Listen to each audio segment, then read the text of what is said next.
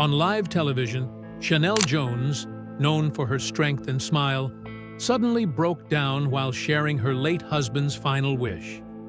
But what viewers didn't know was that behind her tears was a story no one saw coming. A sudden collapse, a hidden letter, a mysterious woman in black. When Sheinelle Jones lost Uche Ojei, she thought her world had ended. But in the days that followed, a dying message surfaced, one that would unravel secrets, ignite questions, and reveal a side of Uche no one expected. This is that story.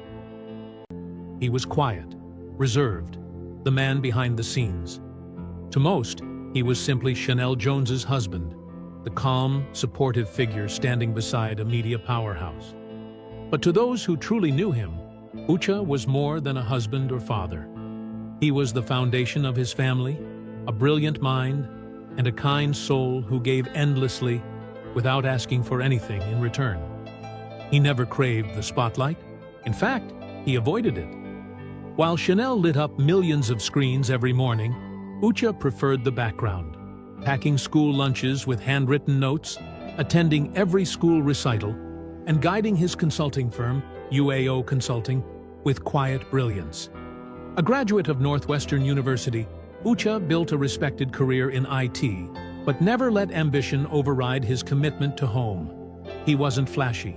He didn't raise his voice, but his presence filled every room. Their love story began in college, young, grounded in shared values, and strengthened over time. Their partnership was solid, not loud, intentional, not performative. Where Sheinelle thrived in the public eye, Uche thrived in the private moments, the ones that built a life, brick by brick. Then, everything changed. On what seemed like an ordinary Sunday morning, Uche collapsed while getting ready to take their youngest son to soccer practice. Paramedics arrived within minutes, but it was already too late. At just 45 years old, Uche Ojei was gone. The news broke quietly. No immediate statements, no media frenzy, just a deep, echoing silence from Sheinelle and her team at NBC. Behind the scenes, she was shattered. A woman who had always shown up with poise and optimism simply broke. Friends say she screamed when she found him, raw, helpless cries that echoed through the hallway. "Not him. Not now. We still had plans," she sobbed. For once, the cameras were off, and grief was unfiltered. As the world slowly learned of Uche's passing, an eerie calm settled. Tributes poured in from friends, family, and viewers who had never met him, but had seen the light in Sheinelle's eyes whenever she mentioned her husband. The Today Show family mourned publicly and privately. He wasn't just her partner. He was part of their extended family, a man whose quiet kindness had touched every corner of that newsroom. And then came the letter. 6 months before his death, Uche had tucked a sealed envelope into his nightstand drawer. It was addressed in his neat handwriting, "To Sheinelle.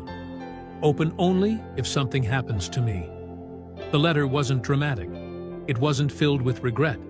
It was full of love, calm, measured, powerful.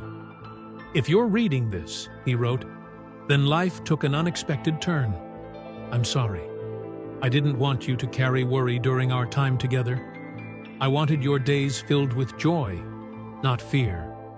He thanked her for the life they built, the family they raised, the love they shared. And then came his final request. No black clothing at the funeral. He wanted color. He wanted music. He wanted people to remember life, not just mourn death. He left a playlist of songs, Donny Hathaway, Coldplay, tracks that spoke to their journey. But the most emotional moment came at the end of his letter. "My greatest joy wasn't success. It wasn't even fatherhood, though that comes close. My greatest joy was loving you. That was my life's real work, and I'd do it all again." No one could hold back tears, not family, not colleagues, and finally, not Sheinelle. The woman who had stood tall through the entire service finally let go, collapsing into sobs as his words were read aloud. But that wasn't the end. Whispers began circulating, rumors that Ucha had been struggling in silence, not just physically, but emotionally. A few close friends remembered seeing him more fatigued, less present. He had stopped attending events he never would have missed. Some thought it was stress. Others weren't sure. Eventually, the truth emerged. Ucha had been diagnosed with early-stage hypertrophic cardiomyopathy, a rare and dangerous heart condition, nearly 2 years before his death. He had kept it secret, even from Sheinelle. He didn't want to worry her, didn't want to disrupt her career. He had a follow-up appointment scheduled the very week he died, but he never made it. As if that wasn't enough, private journals discovered by family members revealed the depth of his internal battle. In one entry, he wrote, "Sometimes I wonder if I disappeared, would the world even notice? Or would I just be remembered as the man who stood beside her?" The grief was complicated, because now it wasn't just mourning, it was guilt. Had Sheinelle missed something? Could she have helped if she'd only known? Then came the woman in black. A few days after the funeral, a mysterious figure appeared at the memorial site.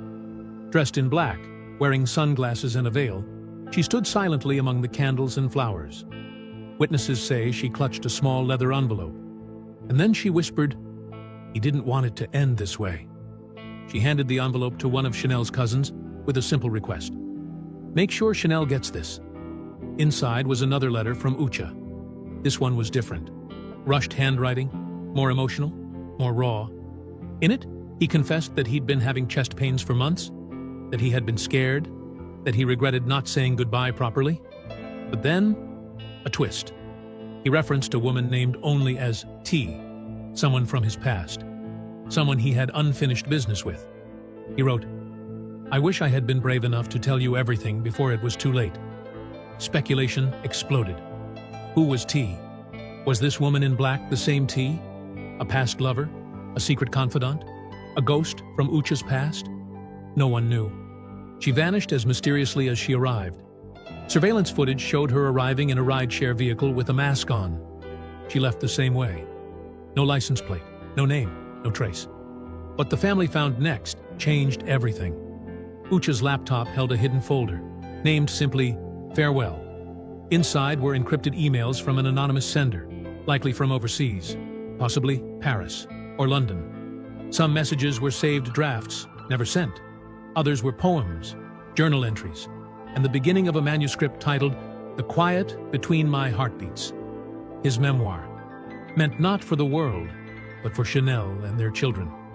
But the full manuscript? Gone. Weeks passed. Then, on the 40th day after his death, a date many cultures believe marks the soul's transition, a small brown package arrived at Sheinelle's doorstep. No return address. Inside, a silk-wrapped thumb drive labeled "For Sheinelle." She has never revealed what was on it. Some say it was the memoir. Others believe it held video messages or diary entries for their kids. What we do know is that after viewing its contents, Sheinelle wept for hours, not out of anger, but out of peace. Then, another voice from the past emerged. A man named Thomas called her, someone from Ucha's college years. He claimed that Uch had once confided in him about identity, about pressure, about fear. That the woman in black might have been a grief counselor Uch had met during a silent retreat overseas. That the retreat changed him. That he returned quieter, more reflective, because he had finally faced parts of himself he had long buried. It was never about betrayal. It was about pain. Internal, hidden, unshared. Today, Sheinelle stands not just as a grieving widow, but as a woman rebuilding herself in the shadow of profound love and deep mystery. She returned to work, holding her head high, her voice calm but changed. She now speaks not just of loss, but of healing, of remembrance, of resilience.